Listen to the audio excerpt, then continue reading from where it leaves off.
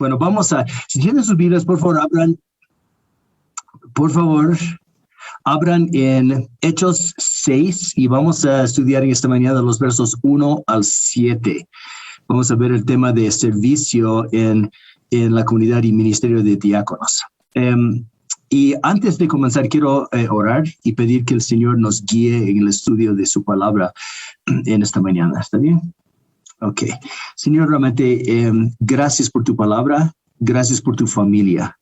Y te pido que esta mañana, Señor, nos conectes a Jesús, que podamos ver a Jesús, Señor, en tu palabra, que podamos amar más a Jesús en tu palabra, Señor. Y te pido que honres tu nombre en medio nuestro, Señor, entendiendo cómo tiene que funcionar tu iglesia y sirviendo en la iglesia que tú amas tanto, Señor. Gracias por tu inmenso amor por nosotros, por cada uno de nosotros y por tu iglesia. Y te pedimos tu guía en este tiempo. En el nombre de Jesús, Señor, te pedimos esto. Amén. Bueno, Hechos 6, los versos 1 al 7. Y al comenzar nuestro estudio en esta mañana, quisiera hacerte una pregunta. Que seas bien honesto contigo y con Dios. ¿Está bien? Que durante este tiempo de COVID, ¿cómo has estado en tu andar en Cristo? ¿Cómo has estado en tu tiempo en la palabra, en tu tiempo en la oración, en la pureza de tu vida? La tentación, digamos, a veces puede ser llegar a participar en cosas que entristecen el corazón de Dios. Puede ser. La tentación siempre para nosotros es menguar. Esa es la tentación, es menguar dejando de leer la Biblia, dejando de orar, dejando de andar en obediencia a Cristo. Y es solo, sabemos eso, es el punto central de la Biblia, que es solo con la ayuda de Cristo que lograremos resistir esta tentación. El pastor Spurgeon, ya hace muchos años, 100 y 100 y algo años atrás, advertía a la iglesia de su tiempo del peligro de lo que él llamaba la deriva o el desvío del evangelio. Y muchas iglesias en su época dejaron de seguir el patrón del Nuevo Testamento, el patrón de una cosa hago, el patrón de prosigo hacia la meta. Y un triste ejemplo de esto, que realmente comenzó más o menos hace 100 años atrás, es la Iglesia Unida de Cristo. No sé si has escuchado, la UCC. La UCC es la iglesia de los puritanos, si puedes imaginar. En Nueva Inglaterra, y hace 100 años, la UCC tomó la decisión de abandonar a Cristo, literalmente de abandonar a Cristo, de dejar atrás a su palabra y como su autoridad, y ahora encuentra su guía en la cultura alrededor de ellos, encuentra su guía en el razonamiento humano, explícitamente. Eso es lo que ellos han tomado, esa decisión. Hermanos, es sumamente importante que tú y yo peleemos para mantener nuestro enfoque en Cristo, tanto como individuos como iglesia, de basarnos en la autoridad de la palabra, de seguir a Cristo, de seguir honrando a Cristo en nuestras vidas. Hoy el pasaje que vamos a estudiar es la historia de cómo la iglesia primitiva protegió su enfoque para no entrar en ese desvío. Hoy es la tercera parte de una serie que comenzamos en el mes de junio sobre qué es la iglesia. Mache habló en junio sobre qué son los ancianos. Juan en el mes de julio habló sobre la importancia que todos estemos participando en ministerio y en la iglesia. Y hoy vamos a continuar este tema viendo lo que es nuestro propósito como cristianos y como iglesia enfocada en Cristo. ¿Está bien? Y mi oración, como comencé, es que Dios use nuestro tiempo en la palabra hoy para motivarnos a amar más al Señor, a motivarnos a involucrarnos más en su iglesia que Él ama tanto. Porque cada cristiano, cada uno de nosotros en Cristo formamos parte de su iglesia y debe estar involucrado cada uno activamente sirviendo en su iglesia local. Eso es lo que dice la palabra de Dios. Entonces, por favor, veremos lo que dice Hechos 6. Hechos 6, 1 a 7. Y quiero comenzar con el verso 7 porque dice que la iglesia es un resumen de lo que está pasando en la iglesia en ese entonces, que dice que la palabra de Dios crecía y el número de los discípulos se multiplicaba en gran manera en Jerusalén y muchos de los sacerdotes obedecían a la fe. Hechos es la historia de Dios estableciendo su iglesia en el primer siglo.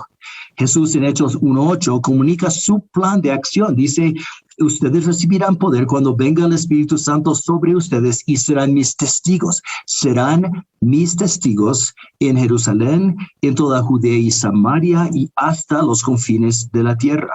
Y los discípulos sabemos que salieron en obediencia a Cristo, cumpliendo esta gran comisión. Y esta tarea sigue siendo nuestra tarea hoy en día. Tú y yo somos testigos de Jesús. Somos parte de su cuerpo. Y Él nos llama a llevar su mensaje al mundo. Y cuando nosotros compartimos el mensaje de la Biblia, Dios está ahí obrando, es su promesa para salvar, para convencer y para expandir su iglesia. Eso es lo que Él hace. Y los apóstoles eran fieles a esta tarea. El fruto se ve, por ejemplo, en Hechos 2, cuando dice que 3,000 personas creen en Jesús y entran en la iglesia en el día de Pentecostés. O en Hechos 4, cuando 2,000 personas más creen en el Señor. O en Hechos 5, cuando dice que más mujeres y más hombres creen en el Señor Jesús y son añadidos a la iglesia. Y aquí en Hechos 6, 7, que dice que la palabra de Dios crecía y el número de los discípulos se multiplicaba en gran manera en Jerusalén y muchos de los sacerdotes judíos, ¿no?, obedecían a la fe. Entonces, en hecho lo que vemos es Dios tomando la fiel proclamación de su palabra y el fiel testimonio de creyentes caminando en Cristo para convencer, para salvar a muchas personas, para expandir, para establecer su iglesia, para que la iglesia crezca. Eso es lo que Hechos, del mensaje de Hechos, el mensaje central. Y en todo Hechos vemos, se nota esta relación directa entre la proclamación de la Biblia y el fruto en la salvación, la proclamación del Evangelio y el fruto en cuanto a personas llegando a los pies de Cristo. Se ve esto. Por ejemplo, ya hemos hablado del día de Pentecostés. En el día de Pentecostés, el Espíritu Santo desciende sobre los apóstoles. La gente piensa que son borrachos, que están borrachos. Pedro se para delante de ellos para explicar lo que está pasando, ¿ya? Y lo que él dice, ustedes lo que están viendo, digamos, en esta cosa tan milagrosa, es el cumplimiento de la profecía del profeta Joel. Y él explica quién es Jesús, quien ellos habían matado, pero que Dios lo resucitó y ascendió al Padre. Pedro habla, abre el Antiguo Testamento en su mensaje y enseña quién es Jesús, que es Dios, es Señor, es Mesías. Vemos la misma cosa en Hechos 4, cuando encontramos a Pedro y Juan delante del Sanedrín haciendo, proclamando el mismo mensaje. Usan la ocasión de su arresto para declarar que la salvación se encuentra tan solo en Jesús, que no hay otro nombre dado a los hombres por el cual debemos ser salvos. Y vemos la misma cosa en el capítulo 5. Encontramos a los cristianos reunidos de día en día en el templo, en las casas, haciendo la misma cosa, escuchando la Biblia. Y el Espíritu Santo causó crecimiento en la iglesia primitiva. Entonces, lo que vemos es que el Espíritu Santo usa la fiel enseñanza de la Biblia y cristianos viviendo el Evangelio para impactar el mundo para Cristo, para hacer que su iglesia crezca. Ahora, cuando esto acontece, cuando avanza el Evangelio también, siempre ahí se encuentra a Satanás resistiendo el avance, causando engaño, causando mentiras, causando distracciones, causando persecución. En el capítulo 5, Lucas relata la historia de Ananías y Zafira con sus mentiras. En el capítulo 8, la resistencia de Simón el mago en Samaria. En el capítulo 13, Marcos abandona a Pedro y Bernabé en el primer viaje misionero. En el capítulo 19, la oposición de la magia negra en Éfeso y tanta persecución y los apóstoles siendo golpeados y maltratados y encarcelados. Y en nuestro pasaje, en Hechos 6, encontramos otro problema. Este problema no es la oposición de resistencia desde afuera que vemos en muchos de los otros casos, pero es algo tan serio como en los otros problemas porque tiene el potencial de desviar el enfoque y avance de la iglesia. ¿Se da cuenta el peligro de esta situación que estamos estudiando? Tiene el potencial de desviar el enfoque y el avance de la iglesia primitiva. El peligro de Hechos 6 es el mismo peligro que cada iglesia en cada generación tenemos. Es el peligro de perder nuestro enfoque en Cristo. Es el peligro de enfocarnos en las cosas secundarias, tomando lo que es de primera importancia y haciendo que se vuelva de segunda importancia, y lo que es de segunda importancia y haciendo que se vuelva lo más importante. Ese se llama el desvío del evangelio. Y en esta mañana, en Hechos 6, veremos tres cosas. Primeramente, el problema que se presentó. En segundo lugar, la solución que dan, y en tercer lugar, el resultado de esto. ¿Está bien? Entonces, el problema, la solución y el resultado.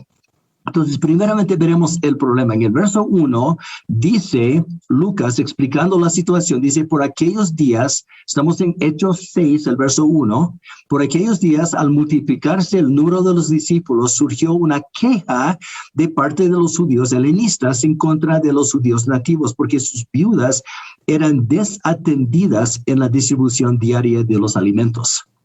Bueno, lo que vemos aquí es un problema que surgió debido a algo muy bueno que estaba aconteciendo en la iglesia primitiva. Es que cuidaban a las viudas y se supone también a los huérfanos. Y sabemos que esto agrada el corazón de Dios. Lucas explica que mientras la iglesia iba creciendo, los miembros vendían sus posesiones, sus casas, sus terrenos, con un corazón de amor al Señor, un corazón generoso, entregando este dinero a los apóstoles para que ellos en la iglesia distribuyan comida conforme a la necesidad. Y entonces, qué hermoso ver, digamos, a esos cristianos, la iglesia cuidando a sus miembros como el Señor nos manda, ¿no? Digamos, expresando el amor en este sentido. Santiago dice que esta es evidencia del verdadero cristianismo, cuando cuidamos a las viudas y a los huérfanos en su problema. Pero junto con esas buenas noticias, vienen las malas noticias, porque algunos de los miembros quedaron sin comida. La iglesia crecía, pero no todos los miembros estaban contentos. Es lo que está diciendo. Esto es un hecho que no existe. No hay iglesia que no tenga problemas, hermanos. En este caso, el problema era serio porque el problema era un problema de discriminación.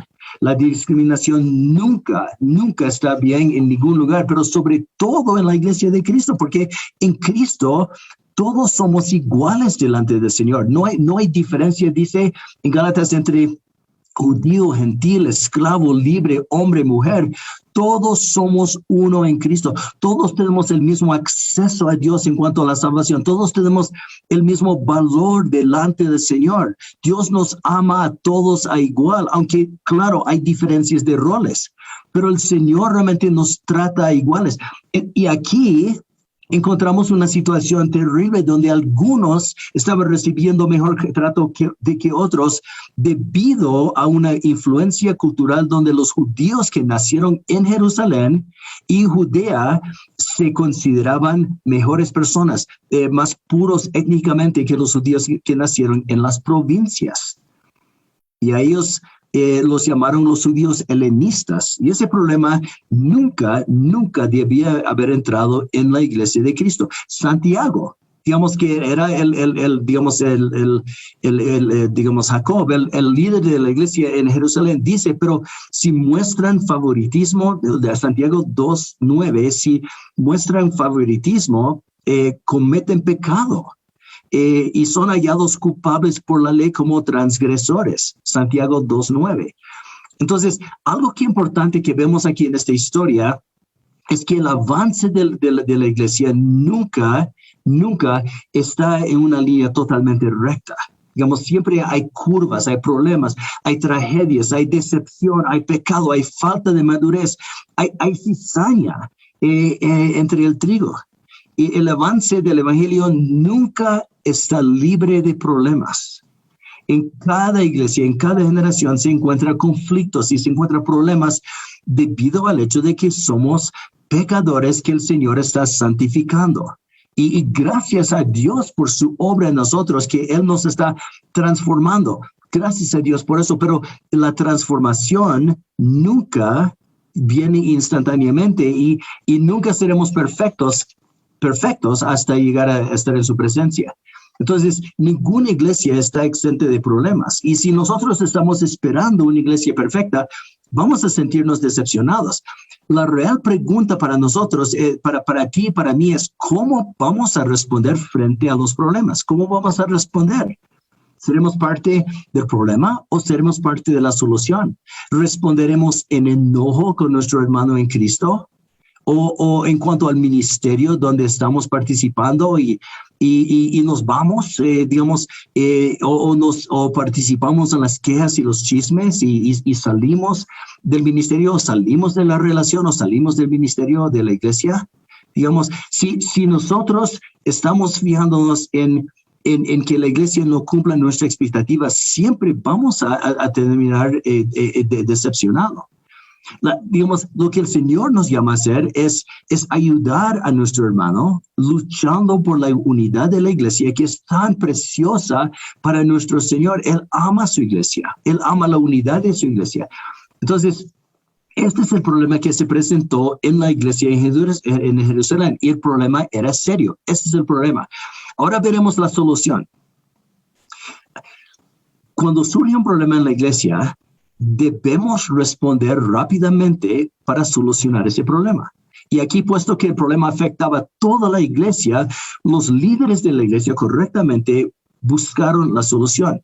Bueno, Mache en el mes de junio nos habló sobre esta situación. Entonces, no vamos a tomar mucho tiempo para analizar lo que estaba pasando, pero simplemente para resumir, lo que ellos decidieron hacer era pedir la participación de los miembros de la iglesia en Jerusalén. Los líderes identificaron que el problema era un problema de un conflicto de prioridades.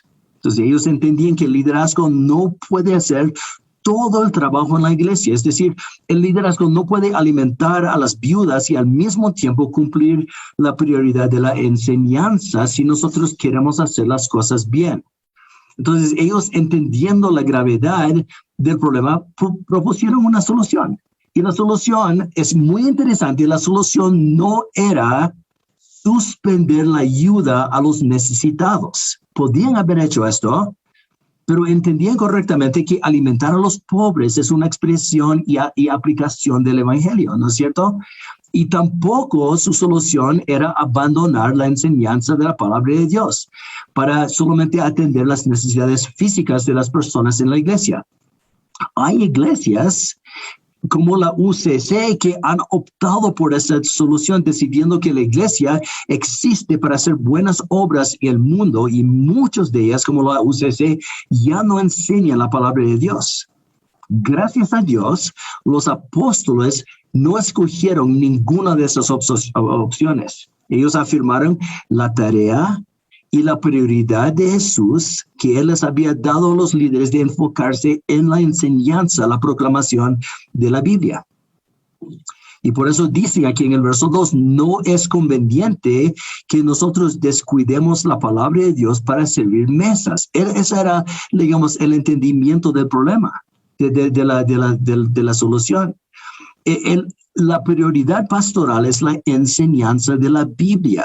¿Entiendes esto? La prioridad pastoral es velar contra falsas doctrinas, proveer una dirección bíblica, es enseñar y establecer una base bíblica en nuestras vidas. Y los apóstoles, que eran los líderes de la iglesia de Jerusalén, entendían muy bien esta prioridad. Pero al mismo tiempo, ellos entendían que la Biblia habla de la importancia de cuidar a las viudas y los huérfanos y los pobres entre nosotros en la iglesia.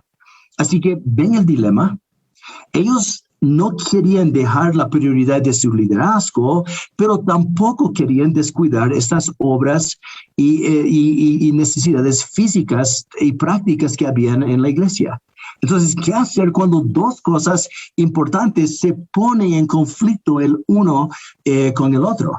Bueno, Dios dice que busquemos su ayuda, ¿no es cierto? Y la ayuda de su palabra, la ayuda de su verdad, que nos da tanta claridad, es que ser fiel a Cristo significa que no se puede cambiar la prioridad que Jesús nos ha dejado, ¿no es cierto? Entonces, ¿cómo mantener la prioridad y al mismo tiempo ayudar a los pobres? Bueno, la solución, como vimos en junio, era delegar a los miembros de la iglesia la responsabilidad de formar un nuevo grupo de siervos. El verso 3 dice, por tanto, hermanos, escojan entre ustedes 7 hombres y a ellos les encomendamos esta tarea tan importante. Entonces, la congregación buscaba entre la membresía a personas que podían formar este nuevo grupo de diáconos. En el griego, diácono significa uno que atiende o uno que sirve. Y aquí vemos el comienzo del ministerio diaconal en la iglesia. Por supuesto, obvio, siempre había personas sirviendo en la iglesia, eso es obvio. Pero este es un nuevo grupo de siervos autorizado por los apóstoles, es decir, el liderazgo de la iglesia local, con cierto liderazgo para velar sobre las necesidades físicas de la iglesia en Jerusalén. Ahora, para escoger este nuevo grupo, la congregación tenía que buscar a personas con 3 cualidades. Es sumamente importante que entendamos esas 3 cualidades. Entonces, escuchen con mucha atención, por favor. El verso 3 dice, escojan entre ustedes 7 hombres de buena reputación, llenos del Espíritu Santo y llenos de sabiduría, a quienes podemos encargar esta tarea. Entonces necesito que entiendan la importancia y qué son esas 3 cualidades. ¿Ya? Tenía que ser personas maduras en Cristo, es lo que está diciendo.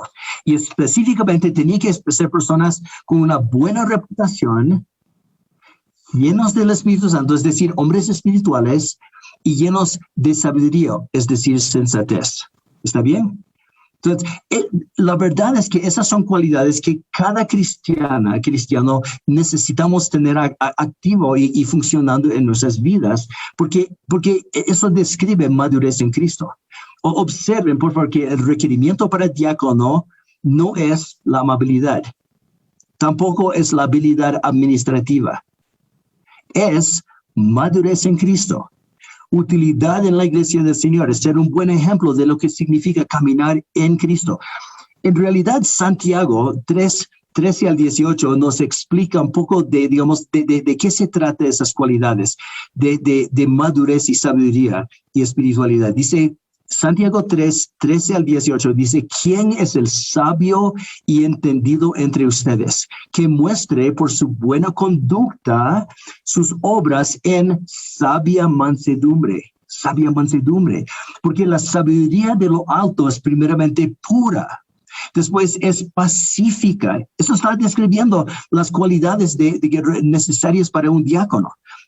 Primeramente pura, después pacífica, amable, razonable, llena de misericordia y de buenos frutos, sin vacilación, sin hipocresía, y la semilla cuyo fruto es la justicia se siembra en paz por aquellos que hacen la paz.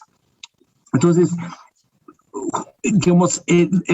los apóstoles, con la sabiduría del Señor, dicen que las personas que ustedes escojan para diáconos tienen que ser personas de buena reputación, llenos del Espíritu Santo, hombres espirituales y llenos de sabiduría, de sensatez. Bueno, estos 7 diáconos tenían la responsabilidad de ayudar al liderazgo, ¿ya?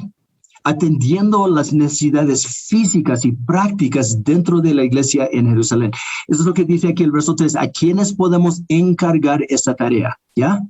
Entonces, aquí vemos la organización espiritual de la iglesia primitiva en su formación. Ese es el patrón para cada iglesia local. El liderazgo es de los ancianos quienes cuentan con la participación de todos sirviendo y de un grupo de diáconos. ¿Ok? ¿Está bien? ¿Ya? Entonces, quiero aclarar aquí que no son dos autoridades funcionando en contraposición, el uno contra el otro para balancear el liderazgo. No está hablando de esto. Dios estableció a los ancianos como el liderazgo de la iglesia local y diáconos son los que reciben su autorización bajo la autoridad con cierto liderazgo para atender las necesidades físicas que hay en la iglesia local. En la comunidad, en nuestra iglesia, tenemos un grupo de ancianos que dan liderazgo a la iglesia y a muchas personas en la iglesia que sirven fielmente. Siempre pienso y doy gracias a Dios por sus vidas. En el pasado tuvimos un grupo de diáconos que por algunas razones no existe en este momento. Pero, wow, quiero decir, realmente doy gracias y damos gracias a Dios por sus vidas, por ser tan fieles sirviendo al Señor en su vida, en su familia, en su iglesia, tan activamente. Pienso en el ministerio de las mujeres que siempre prepara comida para las personas que están enfermas en los funerales. El grupo de los hombres, los vi el otro día limpiando la iglesia, digamos, y que siempre pintan y ayudan poniendo las carpas en los eventos especiales. Pienso en el ministerio de alabanza, los vimos esta mañana sirviendo al Señor entre nosotros. Los adolescentes y jóvenes con tanto entusiasmo que sirven en las cenas y en las cosas prácticas en la iglesia. El ministerio de Owanza y Escuela Dominical, que siempre están atentos en los eventos espirituales. Y hay muchos ministerios más y muchas personas más que están sirviendo fielmente en la iglesia. Doy y damos gracias a Dios por cada uno de ustedes que sirvan con tanto amor. Y oremos también que el Señor nos guíe formando en nuestra iglesia este grupo de diáconos. Su importancia se ve en las cualidades que se requiere para diácono. Ser de buena reputación, llenos del Espíritu Santo y llenos de sabiduría. Entonces hemos visto que los líderes en la iglesia en Jerusalén identificaron un problema, pues propusieron una solución. La congregación identificó a estas 7 personas y los apóstoles delegaron a los 7 la responsabilidad práctica de cierto liderazgo para atender las necesidades físicas en la iglesia. ¿Entiendes la importancia de esta decisión? Permitió a los líderes de la iglesia en Jerusalén seguir enfocándose en la prioridad de la tarea que el Señor Jesús les había encomendado. El verso 4 dice, y nosotros nos entregaremos a la oración y al ministerio de la palabra de Dios. Igual como los aviones necesitan 2 alas para poder volar. La iglesia necesita 2 alas para avanzar. Necesita la oración y necesita la palabra de Dios. Necesita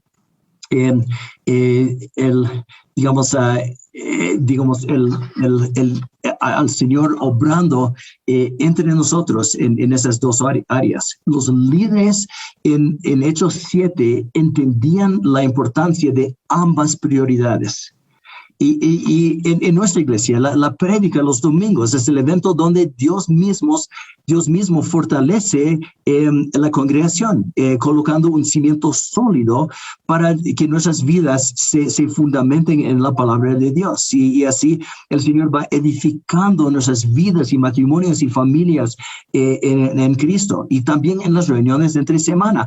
Tenemos en casi todas las reuniones la enseñanza bíblica y la oración, ambas cosas como asunto central en nuestras reuniones.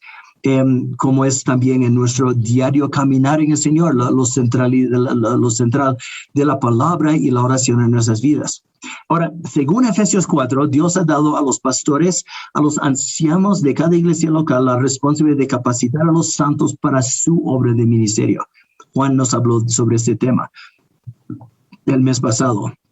Y hacemos esto enseñando la Biblia. Digamos, los ancianos hacen esta tarea enseñando la Biblia, predicando, capacitando, aconsejando, discipulando, dando liderazgo, velando y orando.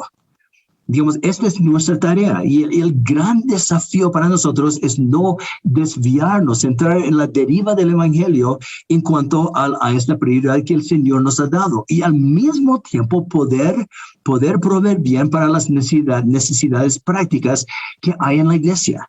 Y para hacer esto, entonces, hermanos, necesitamos, y escúcheme bien, por favor, necesitamos a todos sirviendo en ministerio en nuestra iglesia. No importa si uno es oficialmente diácono o simplemente está sirviendo en tu ministerio o desde tu familia. Lo importante es que todos estemos involucrados. Quizás dice, pero Pablo, yo no sé qué hacer. Hermano, encuentra una necesidad y sirve ahí. Hay multitudes de necesidades en nuestra iglesia. Viudas, personas sufriendo, personas hambrientas, personas que necesitaban una simple llamada telefónica para animarlos y para orar por ellos. Pienso en las personas que están en la cárcel, personas que necesitan un discipulado, mamás que necesitan un simple descanso, parejas que necesitan un consejo, oportunidades para salir a evangelizar. Puedes colocar sillas los domingos, preparar el café, pintar las paredes, ayudar con las finanzas, ayudar con el campamento del puente, servir como maestro de escuela dominical o ANSA. Necesito continuar. ¿Tienes habilidades? Ayúdanos, hermano. No esperes una invitación de parte de los ancianos. Expresa tu amor a Cristo sirviendo en nuestro contexto. Te necesitamos. Y mientras sirves, ora que el Señor nos dé sabiduría a los ancianos para guiar bien la obra del Señor, proveyendo un buen liderazgo para crecer como iglesia y todos orando. Fue M. Bounds que dijo que el diablo, escucha, eso es bien bonito. El diablo no teme la prédica que no está acompañada de la oración. Y se puede decir la misma cosa sobre cualquier enseñanza. El diablo no teme la prédica que no está acompañada de la oración. Debemos orar siempre en cada contexto, en cada ministerio, en cada grupo donde se enseña la Biblia en nuestro contexto de la comunidad. En cada oportunidad, oremos, hermanos, oremos que Dios abra los ojos y los corazones de todos para escuchar, para responder en fe, en convicción, para aplicar la Biblia en una forma práctica en nuestras vidas y matrimonios y familias. Cada vez que yo enseño la palabra de Dios, estoy muy, muy consciente de mi necesidad de sus oraciones. Es por eso que es tan importante que estemos orando antes de las prédicas, de los cultos los domingos, que lo hacemos y acompáñanos, es hermoso. Para que nuestra prédica tenga impacto, tiene que estar acompañada de la oración y nuestra enseñanza también en los grupos pequeños. Oremos para que cada persona sienta la presencia de Dios en cada enseñanza, que todos podamos prestar atención, escuchando la voz de Dios sin distracciones, que Dios use la enseñanza de su palabra para cambiar vidas. Ahora entiendes la importancia de esta decisión de los apóstoles en Hechos 6. Les permitió no perder su enfoque en Cristo y la tarea que Él los dejó. Les permitió no entrar en la deriva del evangelio. No es que destruir comida no era importante, es importante. Pero esta decisión protegió la prioridad de Cristo para el liderazgo de la iglesia local. El verso 5 dice que la congregación aprobó la idea. Aquí vemos armonía y unidad en el cuerpo de Cristo. Escogen a 7 personas y el verso 6 dice y presentaron a estas personas ante los apóstoles. Después de orar, pusieron sus manos sobre ellos. Aquí vemos a Dios guiando la iglesia en Jerusalén en armonía, siendo buenos compañeros de batalla, avanzando la obra de Cristo en unidad y armonía.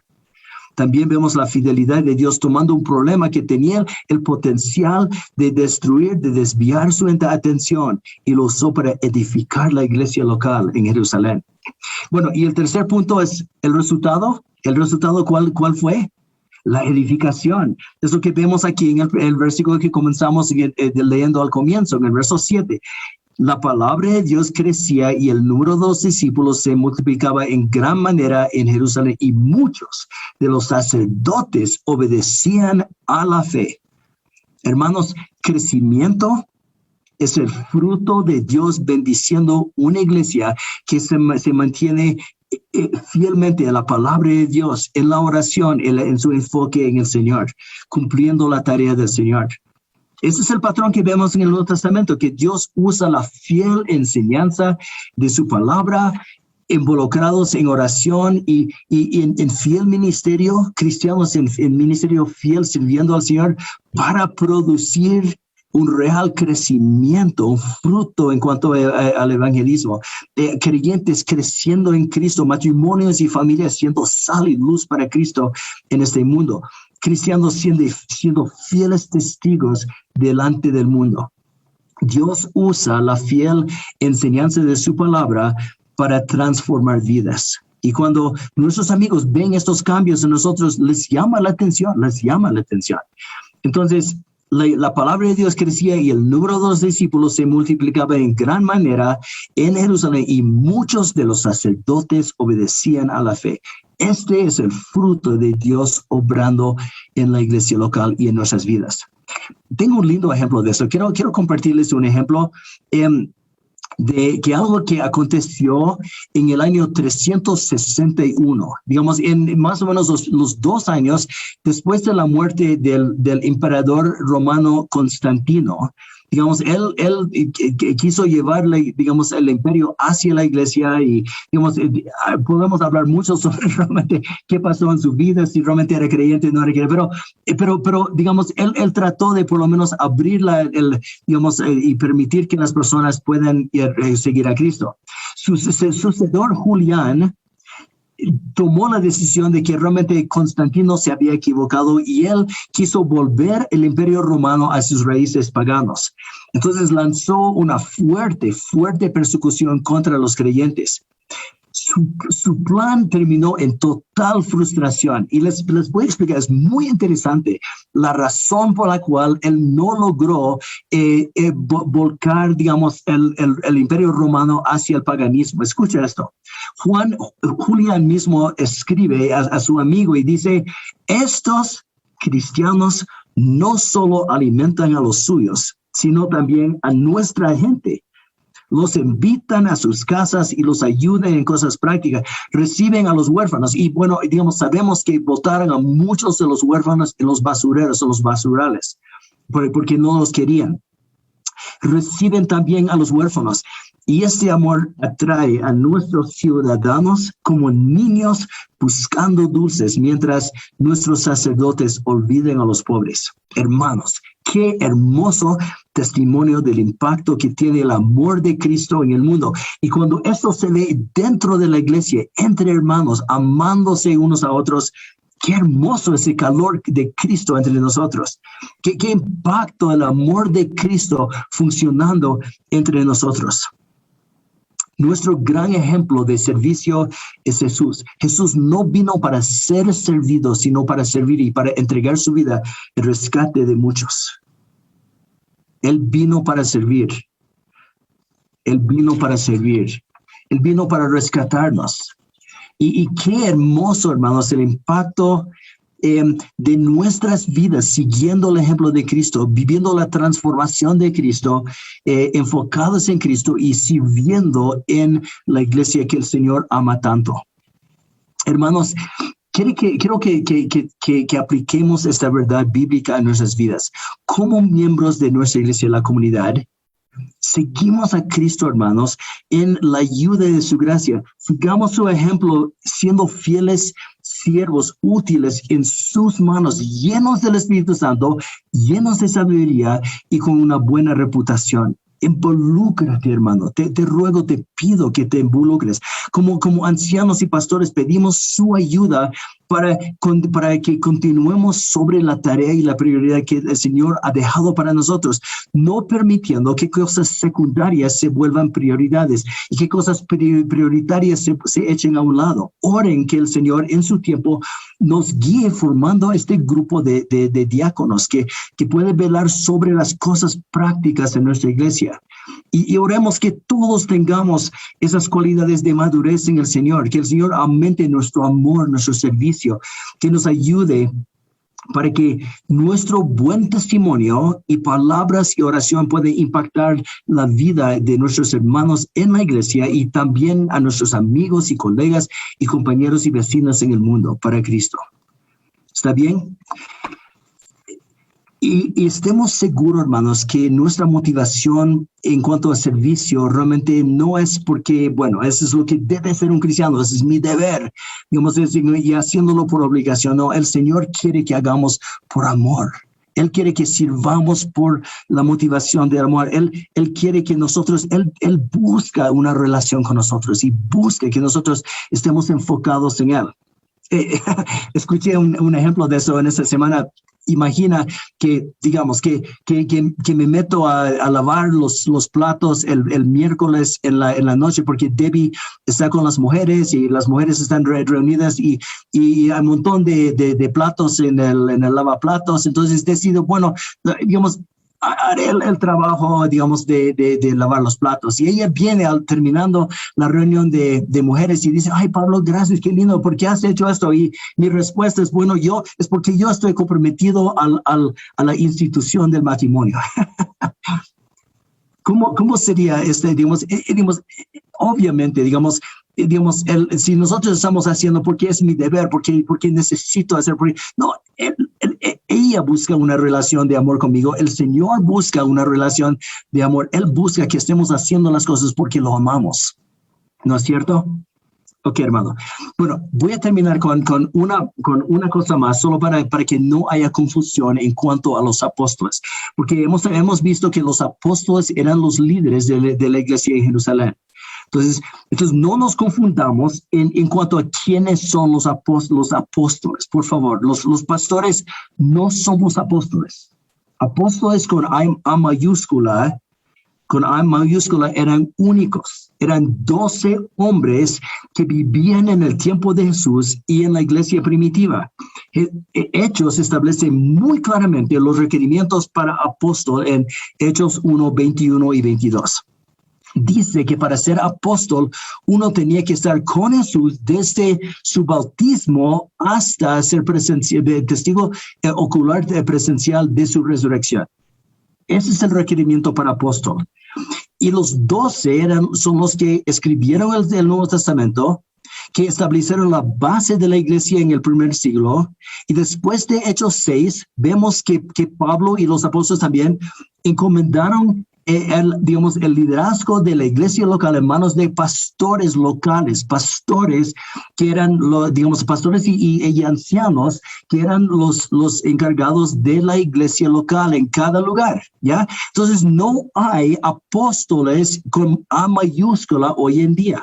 Hoy son pastores y ancianos que tenemos que liderizar la iglesia de Cristo bajo la autoridad de Cristo y de su palabra. Tenemos la responsabilidad de no dejar que la iglesia caiga en el desvío del evangelio, lo cual amenazaba a la iglesia en Hechos 6, y lo cual amenaza y confronta a la iglesia y cada cristiano hoy en día. Hermanos, pongamos nuestro enfoque en Cristo, leyendo y estudiando la Biblia todos los días. Animo, ruego que lo hagas, con la ayuda del Espíritu Santo, orando que el Señor te ayude en tu servicio en la iglesia, amando a Cristo como nuestra prioridad, para que su obra avance, para que su gloria vaya creciendo entre nosotros. Vamos aquí terminar orando, hermanos. Señor, gracias te damos por tu palabra. Y gracias por la claridad que nos da. Gracias por tu familia, por tu iglesia, Señor, por el privilegio de poder servirte, Señor. Gracias que tú nos guías, que tú nos enseñas, que tú nos transformas, que eso es tu obra. Y, Señor, yo te pido que nos protejas para no desviar nuestro enfoque en ti y en la prioridad que nos has dado como iglesia. Edifica nuestra iglesia con cada miembro creciendo en Cristo, en tu palabra, en la oración. Señor, ayúdanos a amarte y a servirte y serte útil en tu iglesia, Señor, para que muchas personas en nuestra iglesia puedan estar animadas y muchas personas hacia afuera puedan conocer a Cristo como Señor y Salvador. Señor, pedimos tu ayuda para hacer esto y pedimos esto en el poderoso nombre de Jesús, Señor, te rogamos. Amén. Hermanos, que el Señor los bendiga muy grandemente en esta semana. Apliquemos esas cosas en nuestras vidas.